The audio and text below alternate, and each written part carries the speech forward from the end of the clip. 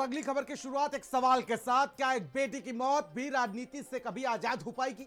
अंकिता भंडारी वो नाम जिसने 3 साल पहले पूरा देश झकझोर दिया था, और अब इस केस में बीजेपी के एक बड़े नेता का नाम वीडियो के जरिए लिया जा रहा है। एक बेटी जो एक भेड़िए की भेंट चढ़ गई थी, लेकिन लगता है मरने के बाद भी उसे चैन नसीब नहीं हुआ है, क्योंकि जिस सियासत ने जिंदा रहते हुए उसे निगल लिया, आज वही सियासत उसकी यादों पर राजनीतिक नमक छिड़क रही है।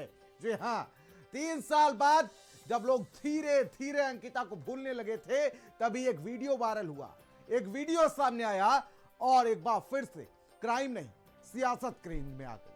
आखिर क्यों सियासत में केंद्र में आई, और आखिर जो बीवीआईपी का नाम जो 3 सालों से आखिर दबा हुआ बैठा था, आखिर वो अभी तक क्यों नहीं सार्वजनिक हो पाया? क्या इतनी नकारा है उत्तराखंड पुलिस जो अभी तक बीवीआईपी का नाम नहीं सामने आ पाया, या नाम इतना बड़ा है कि कोई इसको ले नहीं सकता? रिपोर्ट के साथ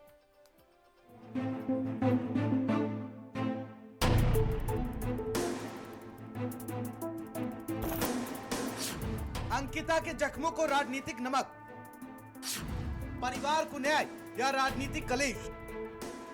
आज इस खबर की शुरुआत एक सवाल के साथ। वो बेटी जो भेड़ियों के भेंट चढ़ गई, वो आज भी सियासत को देखकर मरने के बाद भी तड़प रही होगी।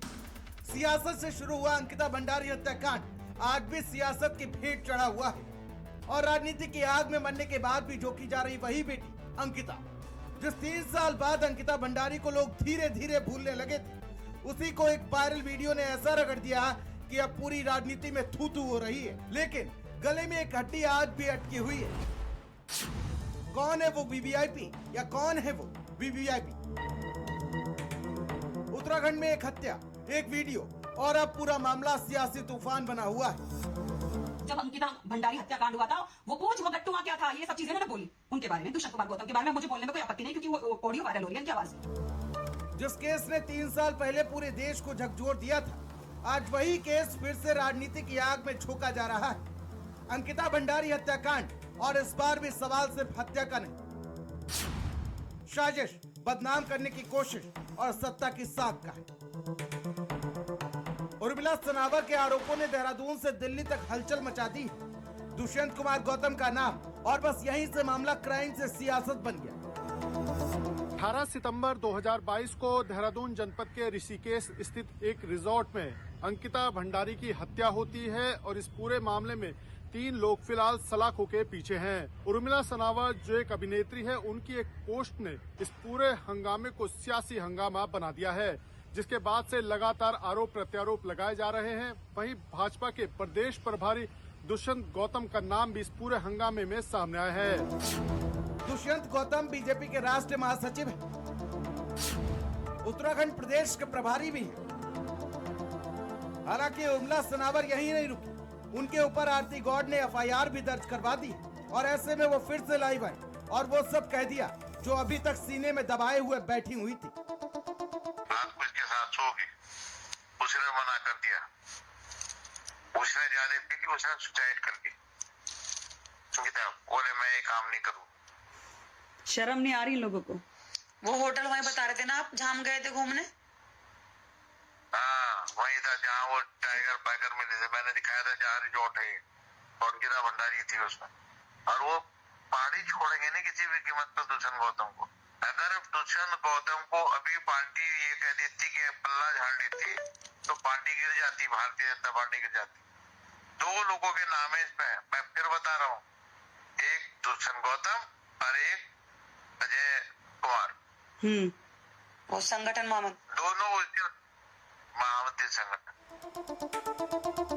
दूसरी तरफ इन आरोपों से सीधे घिरे दुष्यंत कुमार गौतम अब सीधे मैदान में उतर आए हैं। उन्होंने उत्तराखंड के गृह सचिव को पत्र लिखा और कहा, मेरी छवि खराब करने की आपराधिक साजिश हो रही है, फर्जी मनगढ़ंत ऑडियो फैलाए जा रहे हैं, तुरंत इन्हें सोशल मीडिया से हटाया जाए। यानी साफ संदेश, या तो कार्रवाई हो या सवाल सरकार पर उठेंगे। लेकिन कहानी में ट्विस्ट यही खत्म नहीं होता। उर्मिला सनावर खुद को पूर्व बीजेपी विधायक सुरेश राठौर की पत्नी बताती हैं। उन्होंने न सिर्फ अंकिता केस पर सवाल उठाए, बल्कि सेक्स रैकेट, सत्ता से संरक्षण, बड़े नेताओं के नाम जैसे गंभीर आरोप भी लगाए हैं। लेकिन अब वही वीडियो कानूनी शिकंजे में फंसता हुआ दिख रहा है। सवाल बहुत सीधे हैं। क्या 3 साल बाद अचानक सच जागा है? सियासत में किसी को घेरने की स्क्रिप्ट लिखी जा रही। अंकिता की हत्या अब इंसाफ नहीं, राजनीतिक हथियार बन चुकी है। जब एफआईआर आरोप लगाने वालों पर ही दर्ज हो जाए तो शक और गहरा हो जाता है। उत्तराखंड सरकार के सामने दोहरी चुनौती है। एक तरफ बीजेपी का राष्ट्रीय नेतृत्व सवाल कर रहा है, दूसरी तरफ जनता पूछ रही है क्या अंकिता का अभी भी पूरा सच मिला है? सरकार अगर चुप रही तो आरोपों की आंधी और तेज होगी, और अगर कार्रवाई हुई तो सियासत और गर्म हो जाएगी। स्पेशल डेस्क, भारत समाचार।